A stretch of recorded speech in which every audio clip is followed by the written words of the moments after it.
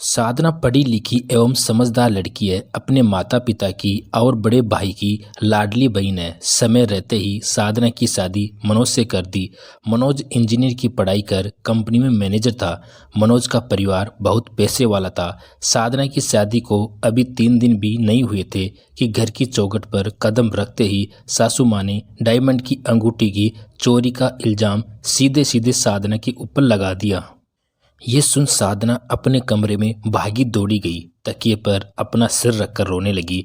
रोते रोते कब आंख लग गई साधना को पता ही नहीं चला कि अचानक जोर जोर से आती हुई आवाज़ से उसकी आंख खुली। उठकर देखा तो सासू माँ शारदा जी काम वाली रेखा के ऊपर जोर जोर से चिल्ला रही थी। जो व्यवहार कुछ घंटे पहले उसके साथ किया जा रहा था, अब वही व्यवहार रेखा के साथ किया जा रहा था। फर्क लेकिन इतना था कि रेखा के हाथ में सासू माँ की डायमंड की अंगूठी थी, जिसे देखकर साधना की जान में जान आई। शारदा जी की एक आदत थी, नहाते समय अपनी अंगूठी उतार कर बाथरूम में रख दिया करती थी। उसे फिर बाद में स्नान करने के बाद पहन लिया करती थी।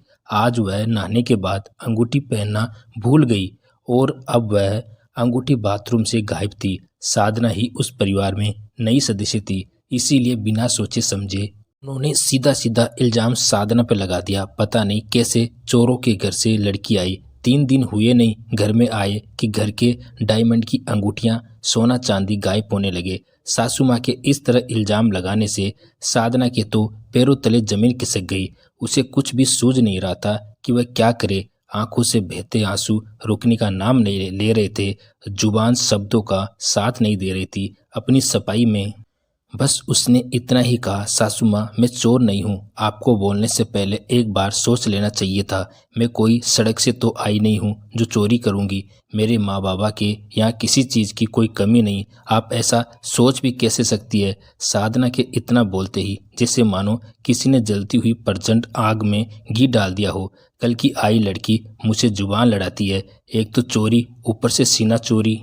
शारदा जी गुस्से में बिना सोचे समझे बड़बड़ाती जा रही थी। कमरे में बैठे हुए अपने ससुर जी दिनेश जी, अपने पति मनोज और छोटी ननद रानी की ओर कातर नजरों से देखती हुई साधना आशा कर रही थी कि शायद परिवार का कोई सदस्य तो उसके लिए कुछ बोलेगा और कोई नहीं तो कम से कम मनोज ही कुछ बोलेंगे।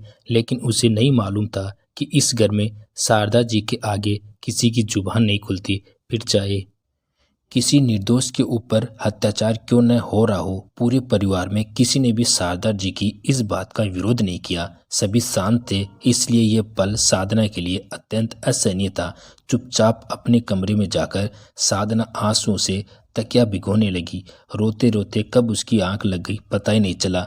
जब घर की काम वाली रेखा के हाथ में शारदा जी की वो डायमंड वाली अंगूठी देखी, उससे पूछने पर पता चला कि बाथरूम साफ करते समय उसने अपनी अंगुली में अंगूठी पहन ली थी और वह शारदा जी को देना भूल गई। गलती से अपने घर पहनकर चली गई थी और अब वापस देने आई है। अगर रेखा की नीयत पलट जाती तो शायद आज साधना अपनी बेगुनाही कभी साबित नहीं कर पाती, क्योंकि शारदा जी ने तो सीधे सीधे कह दिया था कि आज तक हमारे घर से एक सुई भी गायब नहीं हुई। फिर तो यह डायमंड की अंगूठी का अपने आत्मसम्मान की खातिर अब साधना ने चुप रहना उचित नहीं समझा।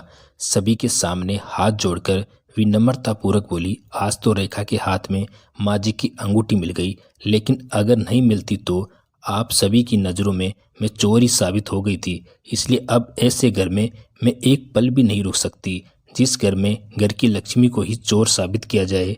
अपने पति मनोज की ओर कापित होते हुए साधन क्या, आज अगर मेरे आत्मसम्मान की खातिर आपने एक शब्द भी सासू माँ को बोला होता तो शायद मेरे लिए यह परम सौभाग्य होता। लेकिन आपने भी शायद ये कहना उचित नहीं समझा कि साधना चोर नहीं है। फिर किसके विश्वास के सहारे मैं ससुराल में रहूं।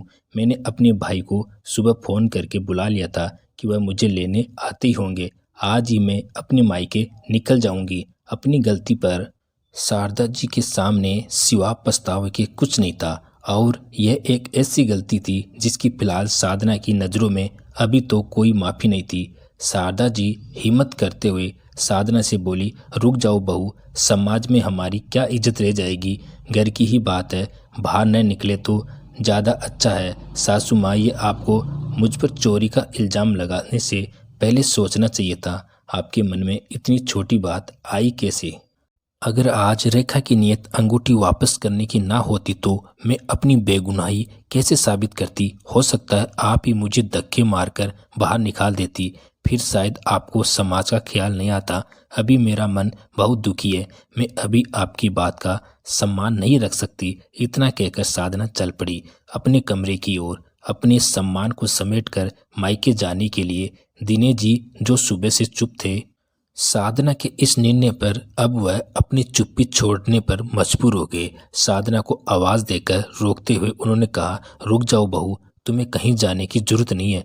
तुम्हारे सामने भले ही हमने शारदा जी को कुछ ना कहा, पर तुम्हारे कमरे में जाने के बाद मनोज और मैंने दोनों ने ही इस तरह की हरकत के लिए उनको डांटा था। लेकिन उस समय अंगूठी मिली नहीं थी, इसलिए शारदा जी किसी की बात सुनने को तैयार नहीं थी। उनकी इस तरह की जिद पर मैंने और मनोज ने यह फैसला किया था कि मनोज तुमको कल ही अपने साथ जिस शहर में रहता है उसी शहर में वहां लेकर जाएगा। फिर तुम्हारी अगर मर्जी होगी तो तुम वापस इस घर में आना, और अगर नहीं होगी तो तुमसे कोई जबरदस्ती नहीं की जाएगी। शारदा जी की नासमझी की यही सजा है कि अब अगर वह चाहे भी तो उन्हें अपनी बहू का सुख नसीब नहीं होगा। उनको कोई हक नहीं परिवार के सदस्य से इस तरह का व्यवहार करने का, किसी के आत्मसम्मान को ठेस पहुंचाने का। मैं शांत रहता हूं, इसका मतलब ये नहीं कि इस तरह के अत्याचार परिवार के सदस्य के ऊपर हो। तुम अभी दोबारा फोन लगाकर अपने भाई को यहाँ आने के लिए मना करो। तुम्हारे भविष्य की चिंता करने के लिए मैं और मनोज हैं इस घर में। अपने पिता समान ससुर जी का अधिकार पूर्वक किया गया आग्रह साधना टाल नहीं सकी, और उसके जीवन में आने वाला तूफान दिनेश जी की समझदारी से आसानी से टल गया।